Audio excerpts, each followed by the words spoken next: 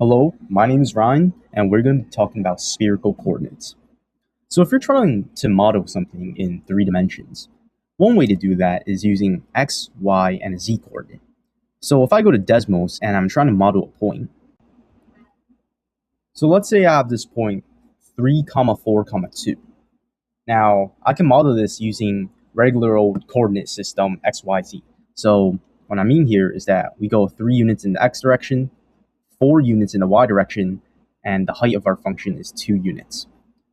And you can model any sort of point. If this point was here, here, here, whatever, it could be like 5, -1, 7, right? Either way, we can model this using x, y, and z. But spherical coordinates is just looking at specific points, but you're trying to model them with a different perspective. Let's just say that, all right? So instead of modeling them using an x value, y value, and z value, you model them using rho, or sometimes it's written as r. Rho is the distance from the origin, theta is the angle rotated from the x-axis, and phi is the angle in the z direction. So you use a different set of variables to model a specific point. And let's take a look at that. So right over here, we're trying to model this orange point. And you can see that we're modeling it using these 3 variables. You have your rho, you have your theta, and you have your phi. So rho represents the distance from the origin. And as you can see, this is this line right over here. Theta is the distance rotated from the x-axis. So you can see that as I increase theta, the point is rotated more from the x-axis, right? And as I increase or decrease, as I decrease rho, right, the distance from the origin changes. And the final variable that's pretty wild to consider is you can actually have an angle up here. So this angle right over here is the phi angle that I was talking about. And it's essentially the rotation in the z direction. So you see, it's just how much we rotate in the z direction. Now let's actually take a look at another cool simulation. And this is from GeoGebra. All right, this is a really, really good simulation. And I feel like this option right over here is going to really explain it all, really show why it's called spherical coordinate in the first place. So look, imagine if we're trying to graph out this right over here using spherical coordinates. This means that our distance from the origin is 3, right? We are 2.5 radians from x-axis, and our rotation in z direction is going to be 1 radian. So if we were to plot all of this, we can see that our distance right over here is first 3 units, right? We're rotating about the x-axis, as you can see, rotating about the x-axis, 2.5 radians, and then our rotation in the z direction is going to be 1 radian. And so this is going to be the resulting point, right? Because we rotated, and then we rotated in the z direction, and then our distance from the origin is 3. And you can see that if I keep this rho value constant, which you can view as the radius of a sphere, so you can actually view rho as the radius of a sphere, right? If I keep this value constant, but I keep changing the angles, let's just say I change the angle, or I change the angle in the z direction, you can see that I'm always going to have a point that's on the sphere, which is pretty cool, right? No matter how I change these angles, I'm going to have a point that's on the sphere because, well, that's kind of the definition of a sphere, right? As long as the radius from the center is constant, then it doesn't matter if you rotate in the z direction or you rotate around the x-axis, right? And we can actually clarify one thing. So you saw how if I had like a point, right? This is phi right over here. So if I have a point shooting out here, this angle would be phi. So notice how this is the angle in the positive z-axis, right? This is the angle from the positive z direction. So imagine if we have a point that's x, y, z, right? Regular old coordinate system. And we want to convert it into spherical coordinates. So this would be the distance from the origin, this would be the angle of the x-axis, this would be the angle of the z-axis. How do we do that? Well, we can find out what this rho value is. We can find out what the distance from the origin is. Let's try to find out this distance first. All right, what is this distance? And now I'm just going to call this distance d. D, notice how D is essentially a right triangle, right? If we kind of visualize it, this is a right triangle where this side of the triangle is x and this side of the triangle is y, right? Because this is the point that's directly beneath our point. You can imagine that if I project this point downwards, I'm going to land at whatever this point is, right? So you would have to travel in the x direction and in the y direction, but the last step would be to travel in the z direction, so this distance is z, to get to this point here. But we're trying to find out this distance d.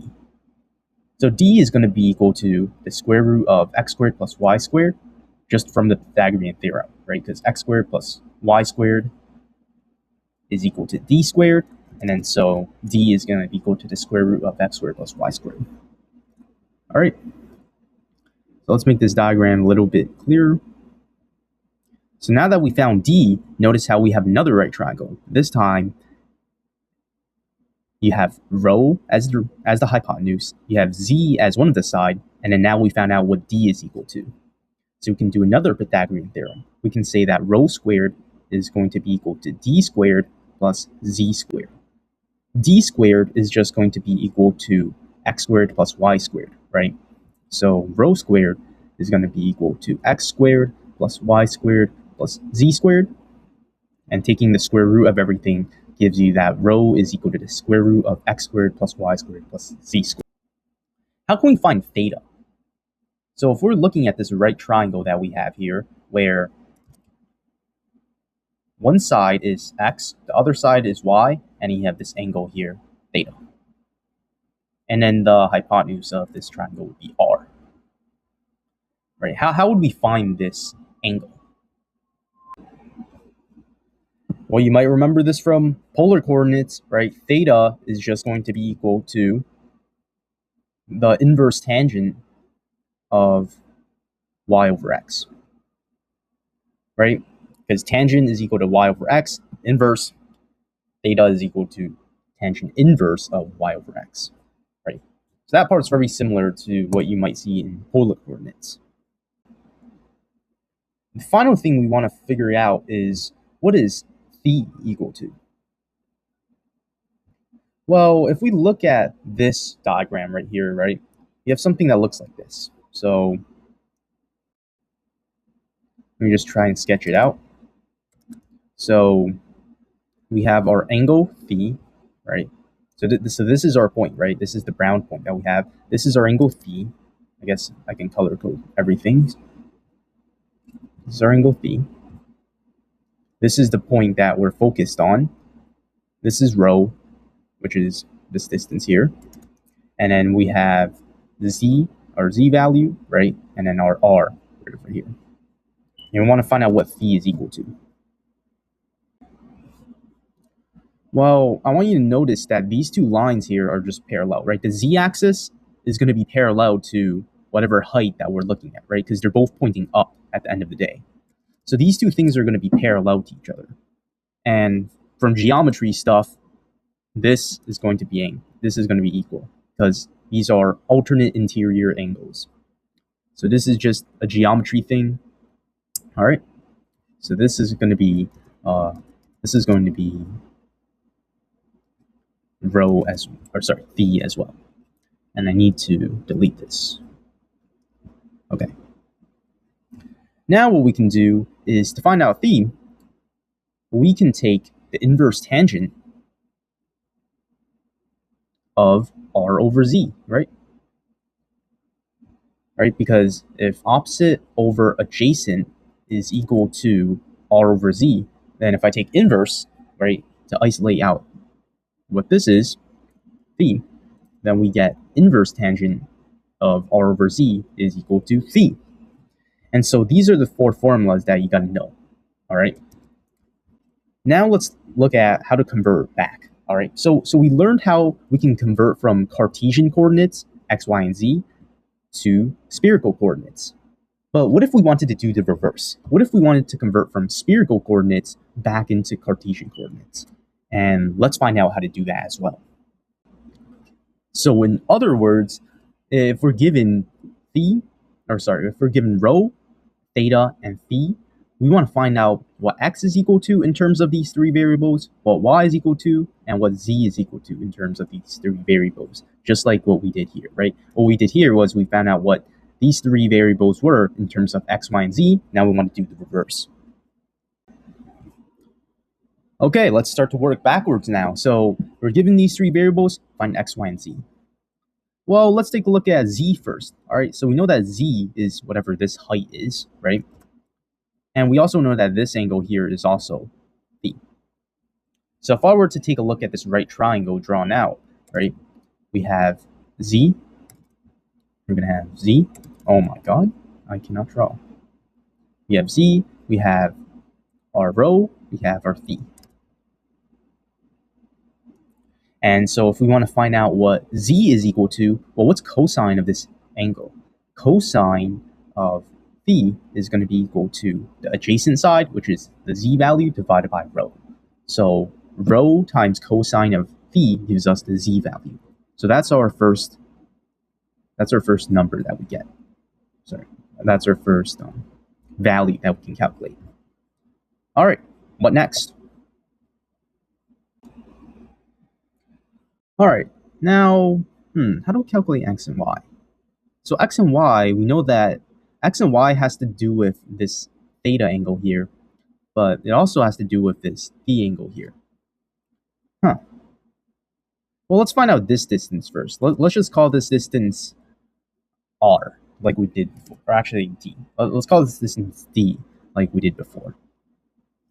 So if we have our right triangle, this is our angle phi.